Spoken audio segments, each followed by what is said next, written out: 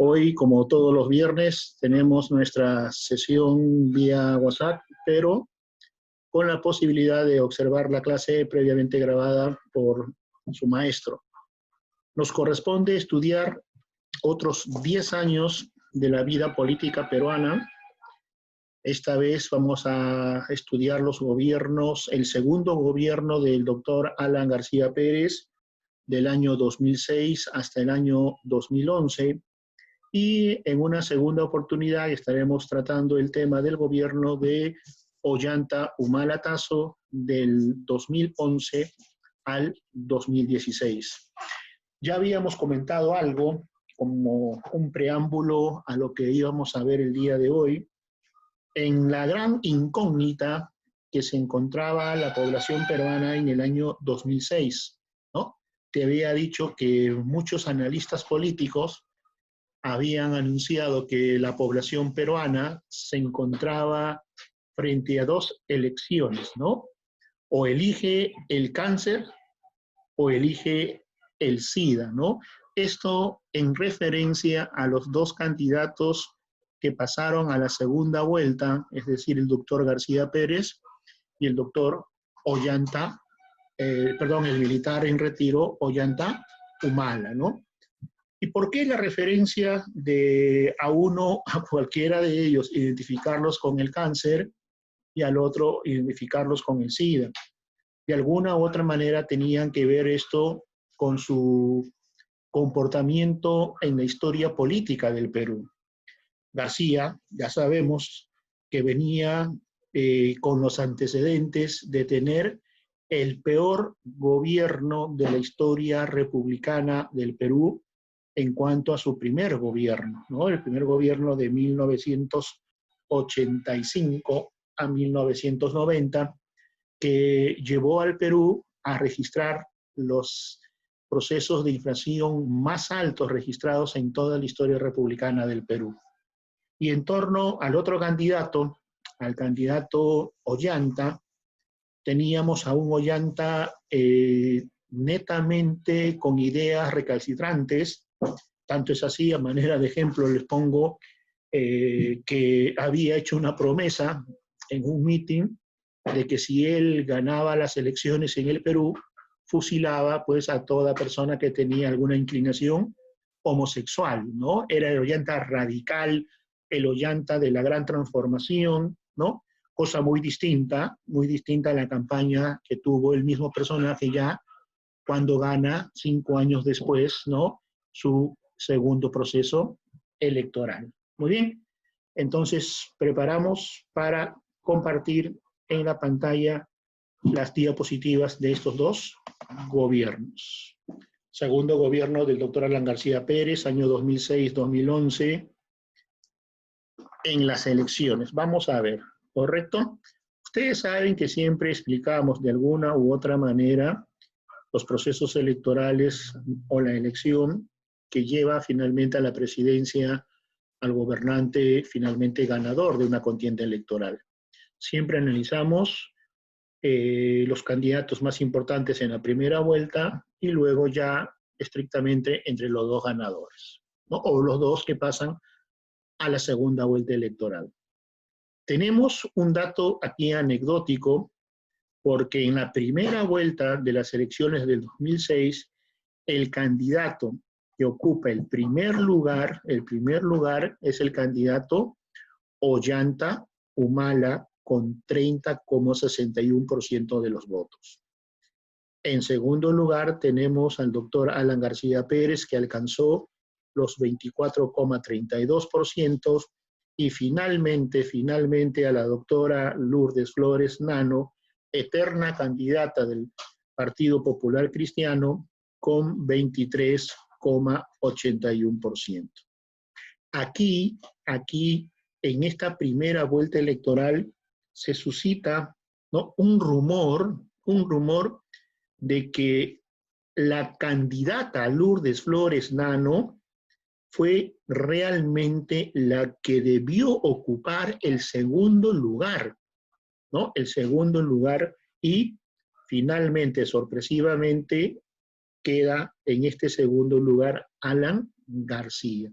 fue un rumor político, ¿no? Que los grupos de poder, todos poderosos, ¿no? Desplazaron, ¿no? Desplazaron a la doctora Flores Nano de ese segundo lugar con la intención de otorgárselo al futuro presidente García. ¿Pero por qué? ¿Cuál fue la razón de ese desplazamiento, ¿no? Probable desplazamiento de la candidata Flores Nano. Era muy fácil predecir que si la segunda vuelta se llevaba a cabo entre Ollanta y Flores Nano, ¿no? Ollanta tenía mucha más posibilidad de ganar en una segunda vuelta si la adversaria política era Flores Nano. De manera que la posibilidad de hacerle frente a Ollanta con un mayor éxito solamente era representada por la imagen de Alan García. Muy bien, sea cierto o no sea cierto ese desplazamiento de la doctora Flores Nano, ¿ya? Finalmente los resultados indicaron que Alan García y Ollanta Humala pasaran a la segunda vuelta electoral, ¿no? Y la segunda vuelta electoral ya es un manejo de alianzas, de estrategias políticas, ¿no?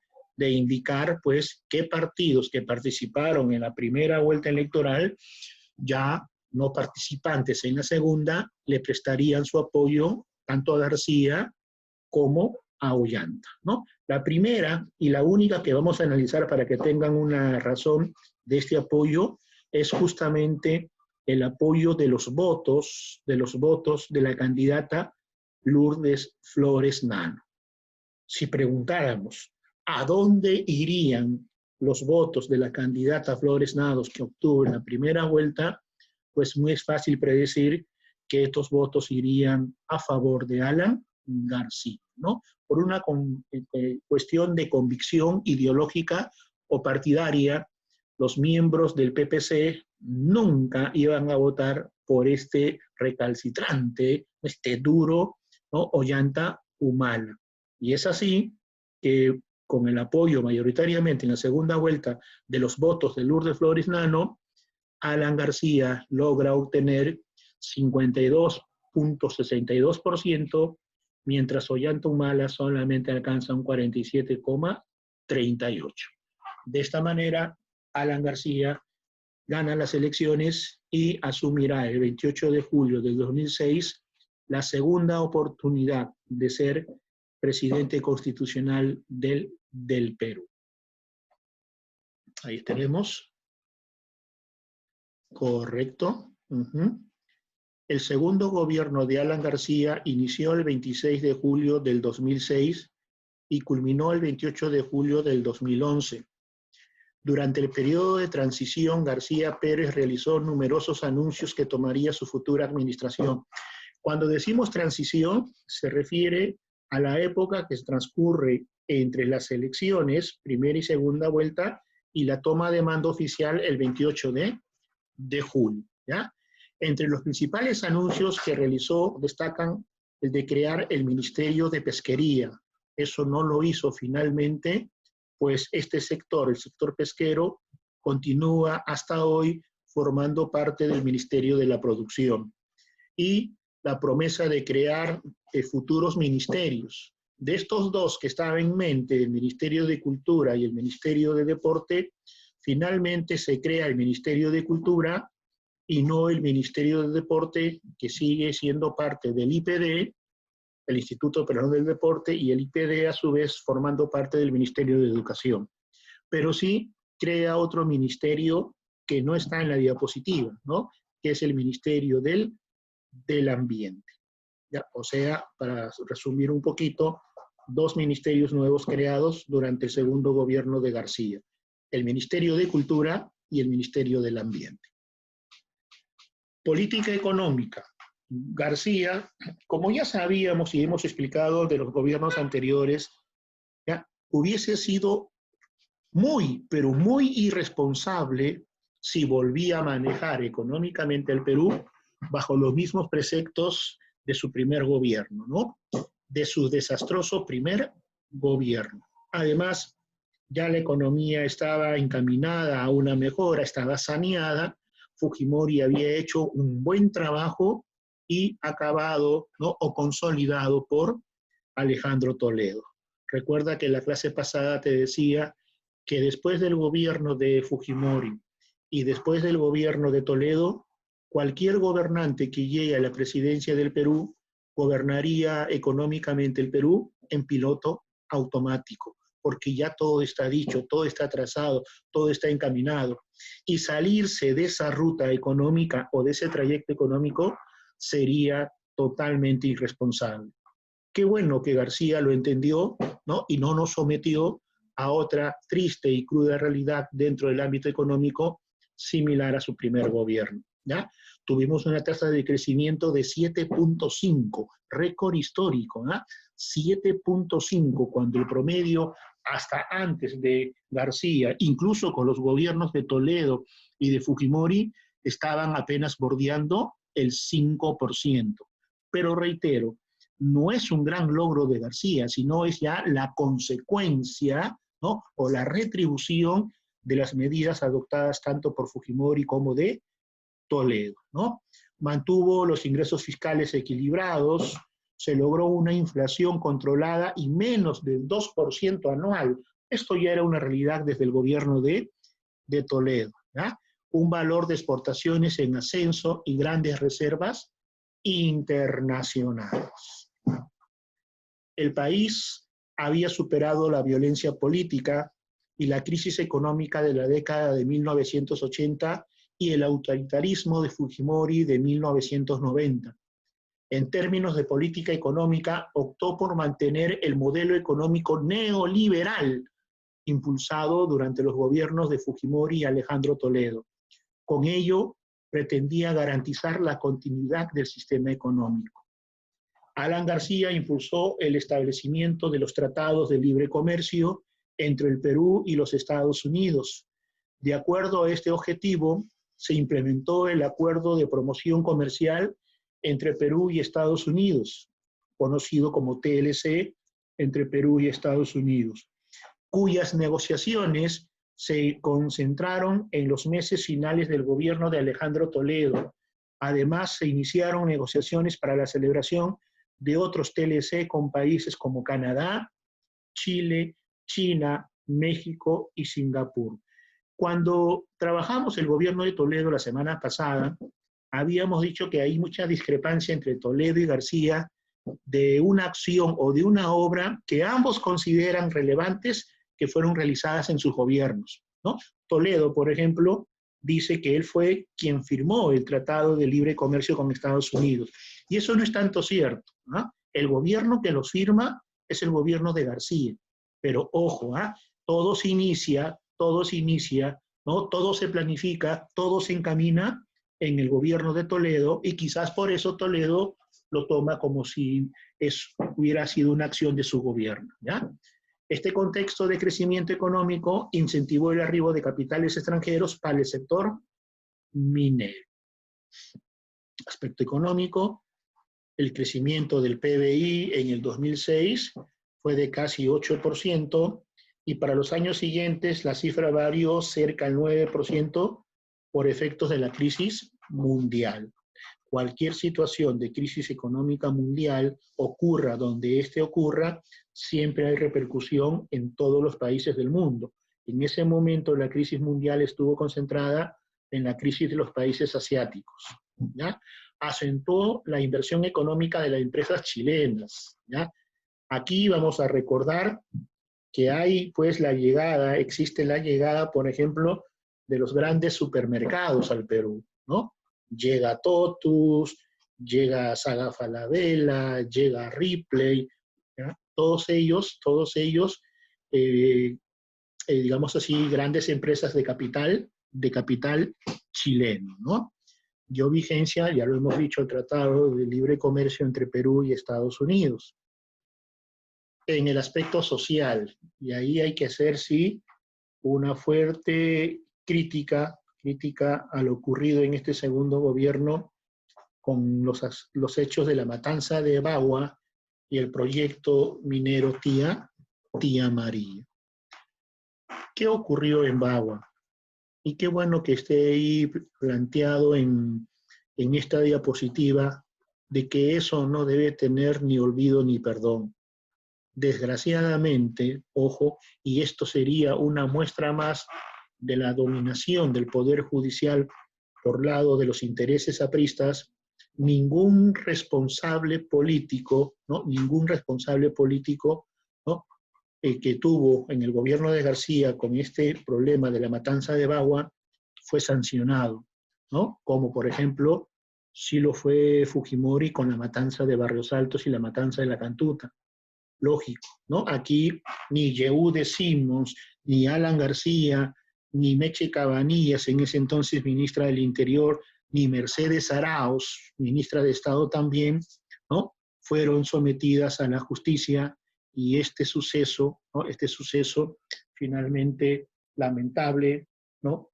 Sirvió para demostrar que de repente la justicia en el Perú es ciega, ¿no? ¿Qué ocurrió? Lo que pasa que cuando se descubre en la Amazonía un gran recurso mineral, ¿ya? Lo primero que hace el gobierno de García es planificar una pronta explotación de ese recurso.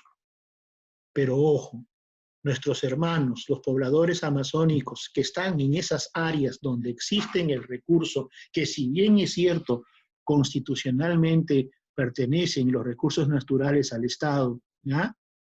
Quieren y entienden que es su tierra, ¿no? Y se niegan rotundamente a abandonar la zona, ¿no? Para que se inicien las explotaciones. Allí viene el reclamo de la población. Reitero, hay que entenderlos. Son nativos que han estado ahí generaciones tras generaciones y toman esas tierras como si fuesen propias, ¿no? Y que venga el Estado de noche a la mañana y pretenda erradicarte, sacar de la zona para iniciar una explotación, de hecho resulta lamentable, ¿no? Sus reclamos, ¿no? Ahí vemos en la fotografía superior izquierda a un policía tomado como rehén por los nativos, que lamentablemente esta es la última foto que tenemos, ¿no? Con vida a este policía, pues nunca más se llegó a encontrar ni siquiera el cuerpo, asumiendo que esté muerto, ¿no? Hasta el día de hoy, ¿no? Su padre, a pesar de haber transcurrido tanto tiempo, continúa la infructuosa búsqueda de su hijo desaparecido en este incidente de Bagua. El proyecto Tía María, ¿ya? Es un proyecto que tiene prácticamente los mismos razones que vamos a ver de aquí en adelante contra la negativa de la población, ¿no? A las actividades mineras, ¿no? Por ejemplo, aquí nace la frase, desde aquí nace la frase oro no, agua sí, o también agro sí, mina no. Y el proyecto Tía María es un proyecto que tiene que ver con la zona o el ámbito geográfico de la región Arequipa, ¿no? Otra vez, la población multitudinariamente sale a protestar en contra del inicio de las actividades de esta compañía minera extranjera, ¿no? Hasta hoy, mire, ¿eh? ¿Cuánto tiempo ha pasado? Ese proyecto minero suscitado en el gobierno de Alan García no ha reiniciado actividades, ¿no? Ahora, para bien o para mal, siempre habrá personas que se opongan a los proyectos mineros que causan grave daño de contaminación y los que estén a favor, ¿no? Justificando de que significan grandes ingresos económicos tanto para la región como para el país, ¿no? Pero aquí es una opinión a título personal, siempre tendríamos que hablar también del parecer para con la población, de la consulta para con la población y no hacer un proyecto a espaldas del pueblo. Eso como reflexión o como lección finalmente cuando en cualquier gobierno se quiera asumir estas acciones de inversiones extranjeras, en este caso en la minería. obras. Mucha atención con las obras de García, porque vamos a recordar de alguna otra manera, querramos o no querramos, a un gobierno que fue en nuestra historia republicana entre el año 1948 hasta el año 1956, en el famoso ochenio de Odría, ¿no? 8 años. Y tú dirás, ¿qué tiene que ver Odría, que gobernó del 48 al 56, con este gobierno de García, que es del 2006 al 2011? Es que prácticamente todas las obras, entre comillas, que García da a conocer como propias de su gobierno, en realidad no fueron obras construidas al 100% de cero, sino que se utilizó gran parte de la obra hecha por Odría. Te explico mejor. Los colegios emblemáticos, ¿no? El colegio Funsugarte, Melitón Carvajal, Ricardo Bentín, Ricardo Palma, ¿no? Todos esos colegios emblemáticos fueron reconstruidos, esa es la palabra, reconstruidos o modernizados, realizados bajo las obras de las grandes unidades escolares construidas en el gobierno de Odría. ¿Ah? Entonces, repito, no se construyeron nuevas escuelas, se modernizó, ¿ya? Se reconstruyó las que Odría habían construido con el logo de grandes unidades escolares, ¿ya? El mismo Estadio Nacional, ¿no? Que llaman el moderno Estadio Nacional. No vayamos a pensar que en el gobierno de García, desde cero, se tumbó la obra de Odría y se construyó un nuevo estadio. Tampoco. Sucedió algo similar, ¿no? Se modernizó, se reconstruyó el viejo Estadio Nacional construido en el gobierno de Odría, ¿ya? En infraestructura vial, quizás lo más resaltante es el inicio de operaciones ya en su ruta 1 o en su plan 1 del tren eléctrico. Ese tren que García, el propio García, había dejado inconcluso en su primer gobierno. En su primer gobierno solo dejó columnas, y todavía columnas sin, digamos ahí, ninguna maquinaria que dé a entender una pronta construcción del tren. Por ejemplo, ¿no? Vino Fujimori y no movió ni un dedo en la obra de que García había iniciado en su gobierno. Prácticamente la obra de tren eléctrico estuvo más de 10 años paralizada, ¿no? Y tuvo que venir el propio García, ser el presidente, el propio García, para continuar con ese anhelo de tener nuestro tren eléctrico en su ruta 1, que une los distritos desde Villa El Salvador hasta San Juan del Lurigancho, ¿no? Muy bien. Hoy en día estamos en plena construcción de la Ruta 2, que algunos sueñan que pueda ser inaugurada con motivo de la celebración de nuestros 200 años o nuestro bicentenario de la independencia por el presidente Vizcarra, ¿no? Esta Ruta 2, que está en plena construcción, uniría lo que sería la zona centro, la zona de la carretera central, ¿no? Santa Anita, por ejemplo, con el Callao, ¿no? El último dato que tengo de esta obra es que en estos momentos están ya en el distrito de La Victoria, en la zona de La Victoria, y aún falta muchísimo para llegar a donde tiene que llegar a la región Callao, ¿no? Pero veamos qué ocurre, qué pasa, y ojalá muy prontamente esta obra importante también la tengamos ya en funcionamiento. Una obra así de la nada, desde cero, sin duda, fue la segunda sede del Hospital del Niño, ¿no? O un segundo Hospital del Niño. El primero en el tradicional local ubicada en la cuadra 3 de la Avenida Brasil, pero ¿no? Moderna sede del Hospital del Niño, ubicado en el distrito de San Borja, ¿no? Muy bien, aunque también siempre hubo algunas críticas a esta obra porque la gente en un primer momento anunciaba que era un elefante blanco, ¿no? Una moderna construcción, sí, pero en el gobierno no funcionando o no atendiendo en un 100% de su capacidad, ¿no? Cosa que hoy sí podemos decir al 2020 sí lo está logrando. En el año 2006 se reunió en Brasil con Luis Ignacio Lula da Silva, acordando finalizar la carretera interoceánica, ¿no? También te lo comenté la semana pasada, ¿no? Toledo argumenta que él es el gobernante que tiene que ver con esta importante obra de la interoceánica del sur. Y nuevamente te lo digo, ¿no? Con el gobierno de Toledo tenemos un avance del 80-90% de la carretera, pero no se culminó. Mala suerte para Toledo. Y ese logro finalmente se da cuando el presidente peruano es Alan García. Por eso es que él también, ¿no?, lo toma como si hubiese hecho una acción de logro de su gobierno, ¿no? Pero ya sabemos, esta carretera interoceánica del sur, porque la del norte nunca se hizo, fue iniciada en el gobierno de Toledo.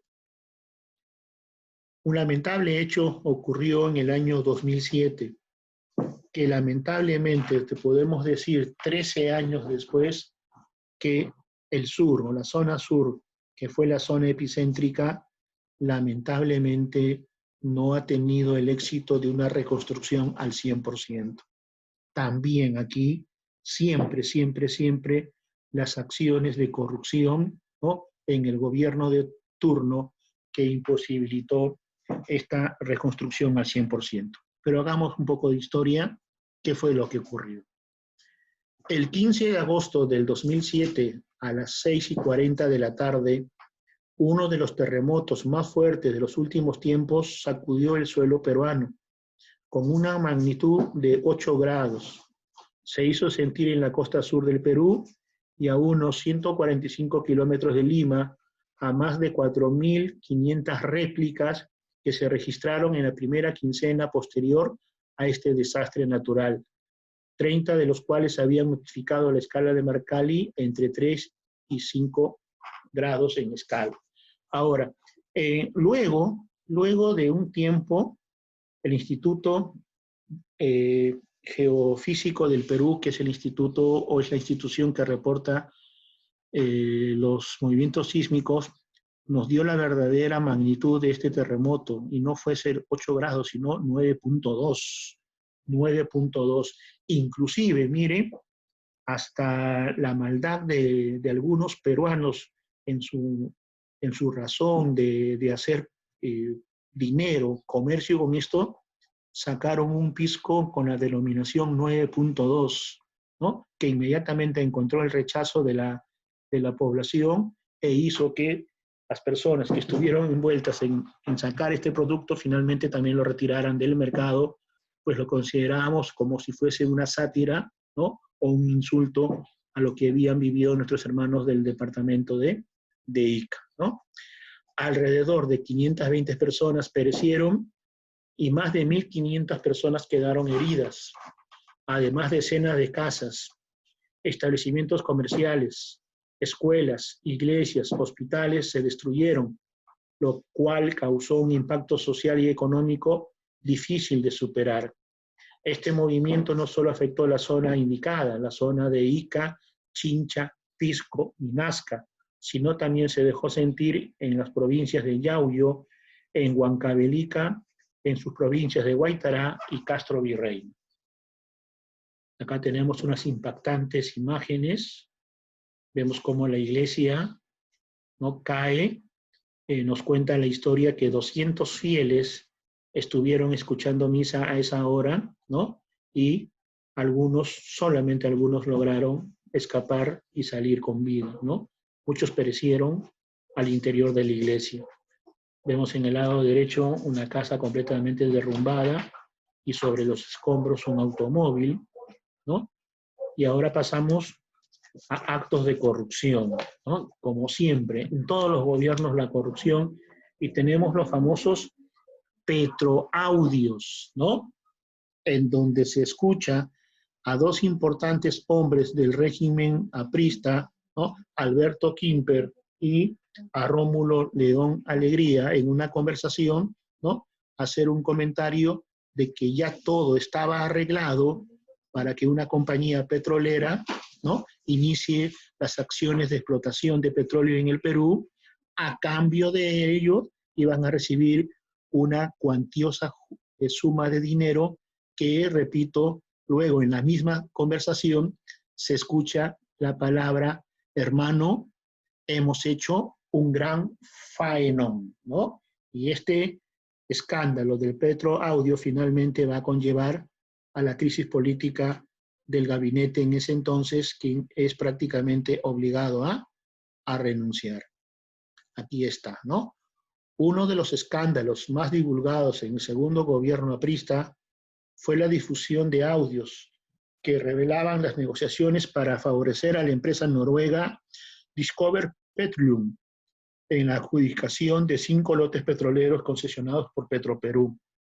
Los involucrados en este escándalo fueron Alberto Quimper, entonces alto directivo de Petroperú o Perú Petro, y el ex ministro aprista Rómulo León Alegría. Muy bien. Otro acontecimiento que se tiene durante el gobierno de García es que se logra la extradición, ¿no?, del presidente Fujimori, que estaba en Chile, ¿no?, rumbo al Perú y a someterse a la justicia peruana, ¿no? Luego está fácil de entender que ya pues es condenado a prisión. En septiembre del 2007, Alberto Fujimori llegó al Perú en calidad de detenido en su calidad de expresidente de la República. Fue recluido en un establecimiento penitenciario habilitado exclusivamente para él, en el cuartel de la Dirección de Operaciones Especiales de la DIROES de la Policía Nacional del Perú. Una vez me preguntaron, profesor, ¿por qué Fujimori y por qué el mismo Ollanta, que también estuvo preso, fueron o pudieron ser llevados a los penales tradicionales, ¿no? Hasta en eso tienen suerte los expresidentes corruptos, porque en su condición, entre comillas, de exgobernantes, ¿no?, les prohíben ir a los penales comunes como Lurigancho, Canto Grande, Cachiche o cualquier otra que puedan haber en el Perú, ¿ya? Tuvieron que adecuar un cuartel general de la Policía Nacional en la zona centro, ¿no?, la base de la DIROES, y allí purgar condena, ¿no?, como una prisión, en un primer momento Fujimori solo, y luego ya compañero del lugar, pero no de celda, del lugar con Ollanta Humala también, que estuvieron presos en el mismo lugar, ¿no? La legislación peruana contempla, aquí está, que para juzgar a un expresidente, la Corte Suprema debe habilitar una sala especial ad hoc para fin específico, compuesta en primera instancia por 13 jueces supremos. Por ello, en el caso de Alberto Fujimori, se conformó una sala especial integrada por los magistrados Víctor Prada y Hugo Príncipe y presidida por César San Martín. Recuerden el nombre de este juez, ¿ya? César San Martín, que luego llegó a ser presidente del Poder Judicial, fue el juez que no le tembló la mano y sentenció como cabeza del grupo de estos jueces supremos, ¿no?, a 25 años de cárcel a Alberto Fujimori. El proceso judicial por violación de derechos humanos se inició el 10 de diciembre de 2007 y duró 16 meses.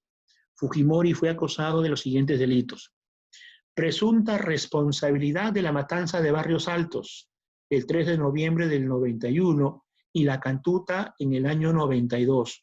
Ojo, mire aquí, que hacemos mención de lo que ocurrió con García, que, disculpen, debió pagar de la misma manera con la cárcel, él y Mercedes Cabanillas y Yehude Simons, hasta la misma, ¿cómo se llama?, vicepresidenta luego del régimen de Kuczynski, ¿no?, Mercedes Arauz, ¿no? Pero, repito, como el APRA tenía prácticamente copado el Poder Judicial, nunca pasaron ni siquiera 24 horas en prisión, ¿ya? Secuestro y agravado en contra del periodista Gustavo Gorriti ocurrido en el año 92 y también el secuestro de Samuel Dyer, también ocurrido en el año 92. La Fiscalía de la Nación solicitó 30 años de prisión, eso fue lo que solicitó la Fiscalía. ¿Eh?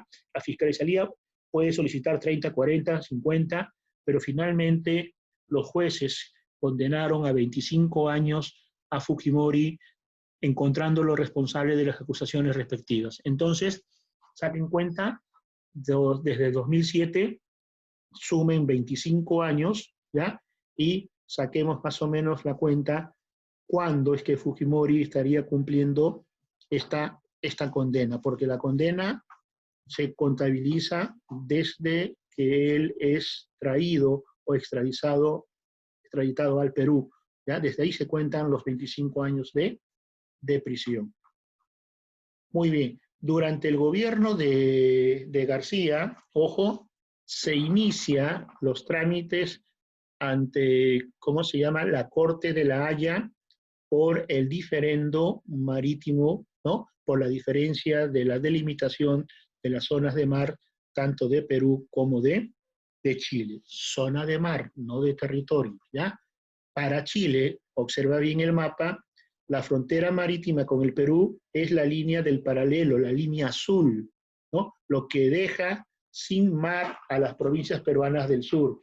Prácticamente esta decisión de Chile, que estaba vigente, ojo, esa era la decisión vigente, ¿no? La que estaba vigente era la posición chilena, y eso prácticamente hacía que Tacna, Moquegua y parte de Arequipa no tenga esa soberanía, ¿no?, de las famosas 200 millas, ¿ya? Muy bien. ¿Cuál era la posición del Perú? El Perú considera que le correspondía seguir una prolongación de sus costas conforme está en la línea verde. Con ese trazado que podría ser considerado lo más justo, el Perú tendría así el cumplimiento, ¿no?, hasta el último punto de su frontera con Chile, del respeto de la soberanía de sus 200 millas, ¿ya? Pero que eso no sería justo para Chile. Lo justo y equitativo para ambos países sería trazar una línea media. Finalmente, ¿qué decidió en el gobierno que viene? No en este gobierno, porque el diferendo no duró un mes, 2 meses, duró años, cerca de 3 años.